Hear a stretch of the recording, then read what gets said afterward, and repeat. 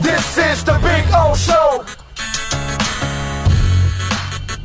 This is the Big O Show. Right, we are back, and there she is, ready to go, ready to talk a little Inter.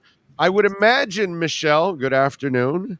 Hi, how are you? It's got to be a little more fun to cover the team lately, right? There's a lot going on. There's a lot.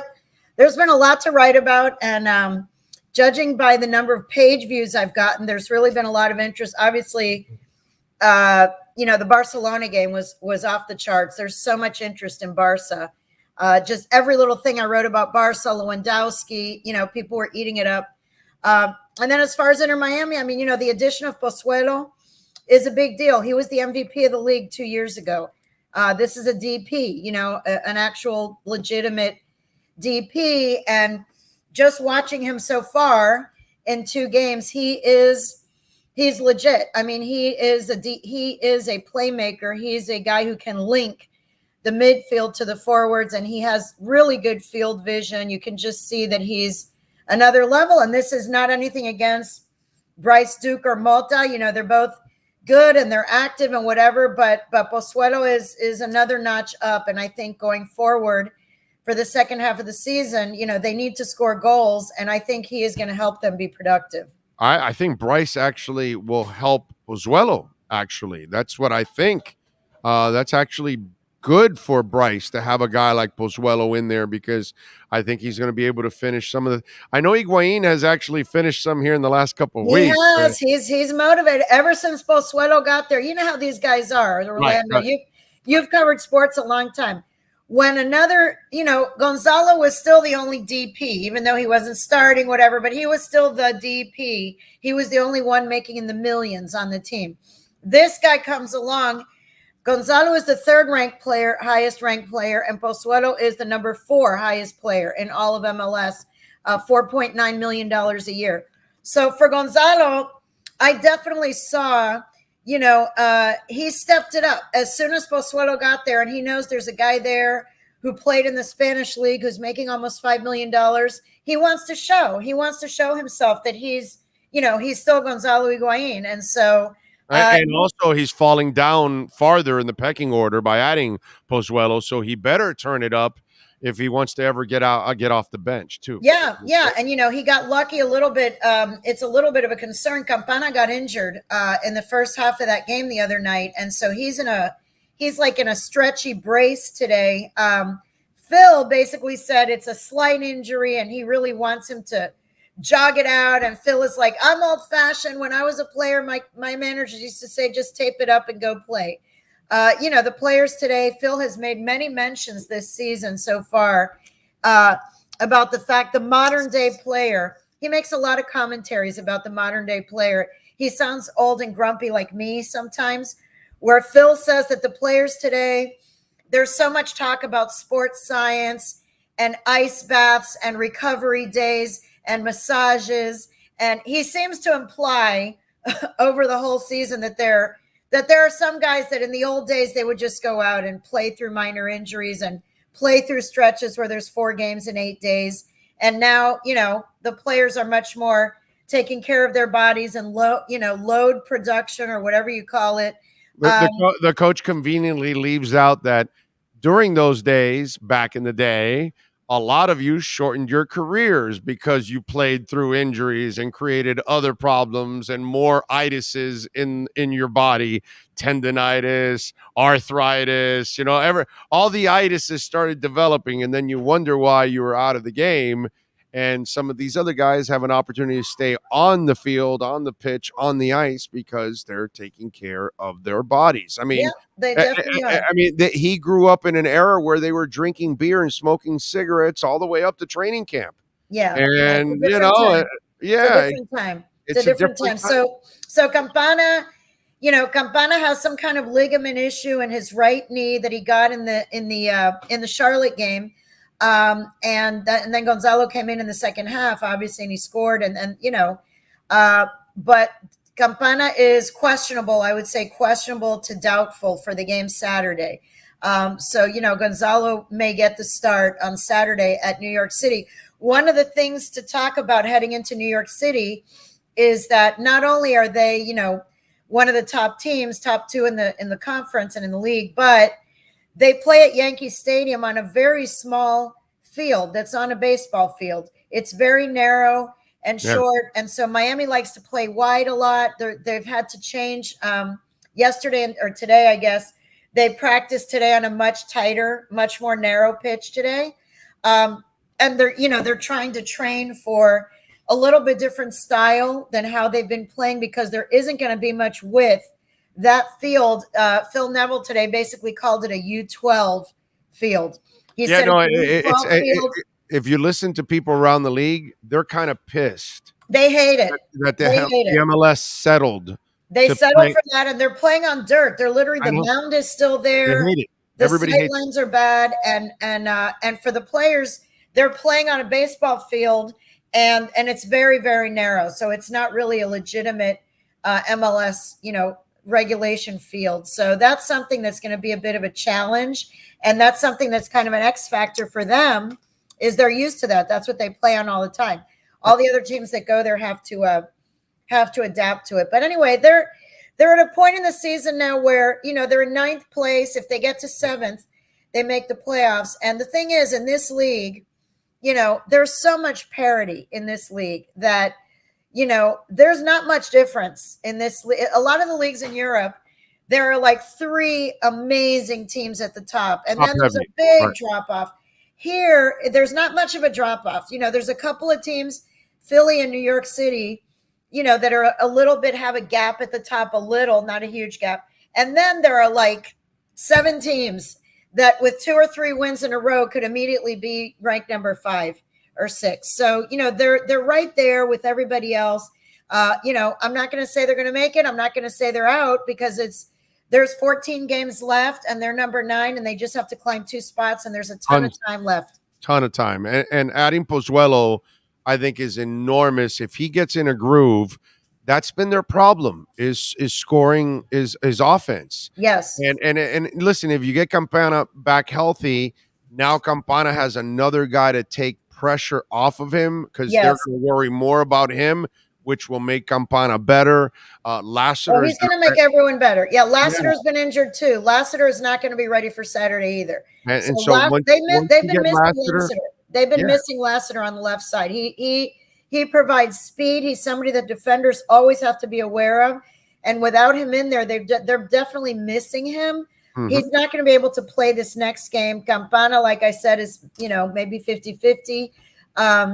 So, the other guy, if those 2 can't play, the other guys are going to have to pick it up. But Pozuelo I think he's going to make a big difference. Just what I've seen so far. He is really, they say in soccer, quality. He has quality. He definitely has quality and vision. He just has a vision and a calmness on the ball where when the other guys are running around frantically, he gets the ball, he holds the ball, looks around very quickly and makes a decision.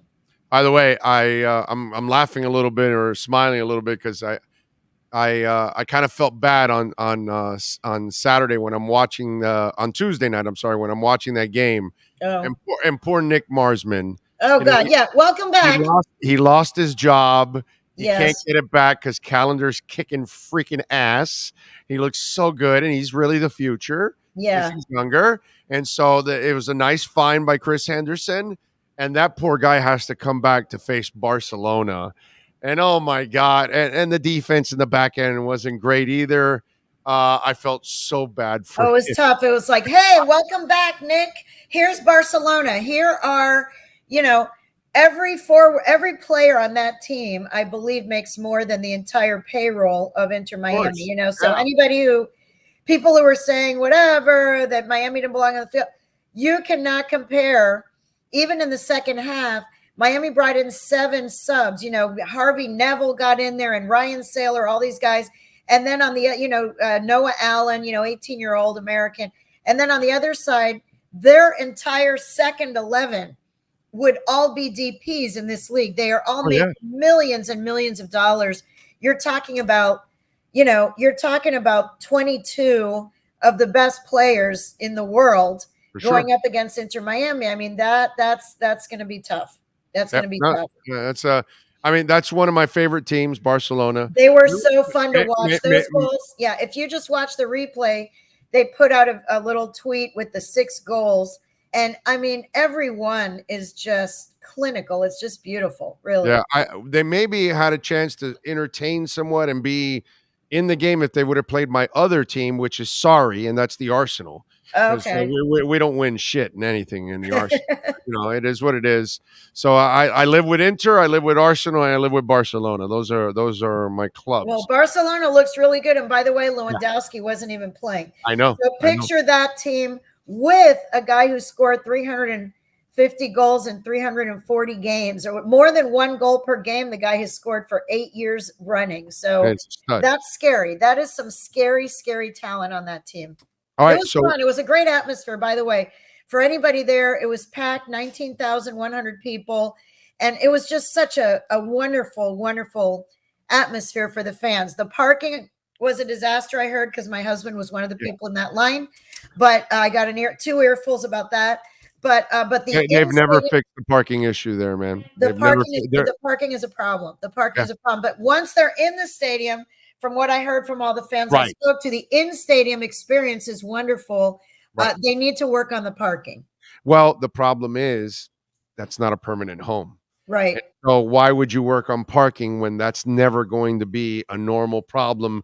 You're going to maybe have some friendlies down the line that will, every once in a while, and those people will have to deal with the parking issues. But you're going to Miami Freedom Park, so really, that's where you're going to But that's invest. 3 years away. That's 3 years. You don't want to turn people Um, um, away. If there are people who come to, Michelle, it's yeah, hundreds of millions of dollars to build parking lots. yeah, yeah. They're just not going to build 4-story parking lots across the street.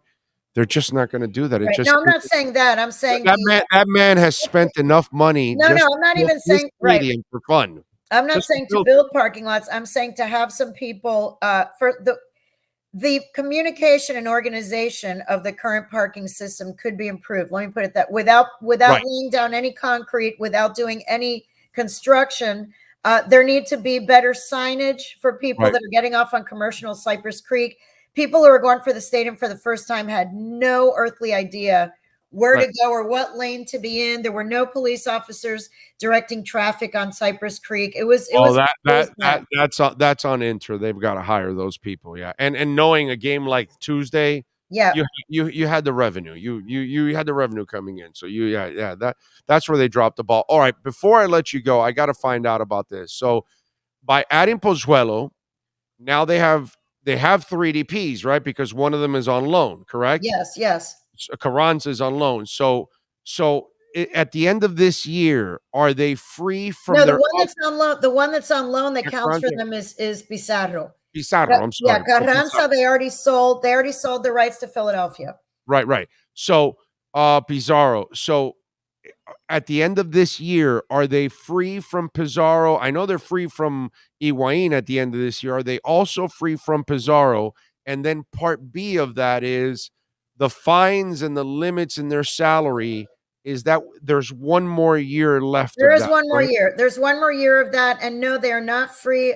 Pizarro, I believe, has one more year on the contract. Oh, God. So they have to, So somebody, we only lose Higuain. We have one more DP spot open this offseason. there will be one DP. There will be Gonzalo's spot will be open. Okay. And Pozuelo, by the way, he only signed until the end of this season. I mean, I know he wants to stay and they want him to, and all that has to be negotiated once they know how much money they are actually going to have that they can offer him. They only signed him until the end of the season. His contract is up. So Okay. Pozuelo's contract expires now in November. But they did not sign him to a longer deal because they have to wait to see, what happens with Pizarro and what happens with, Gonzalo. This is it. I mean, I'm assuming this is it for him. But the salary is not an issue, right? Because he's a DP. So once you lose DP. Higuain, he takes that He slot, would take that slot. He would take and the Higuain's money. salary doesn't really go against the cap. Yeah, right? he would take Higuain's salary, basically. Right, exactly. Yeah. Okay.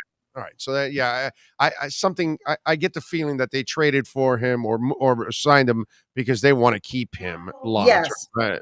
It just kind of makes a lot of sense Yes. because he's such a player. No, he wants to be here. His girlfriend, fiance, whatever, lives here, is from here.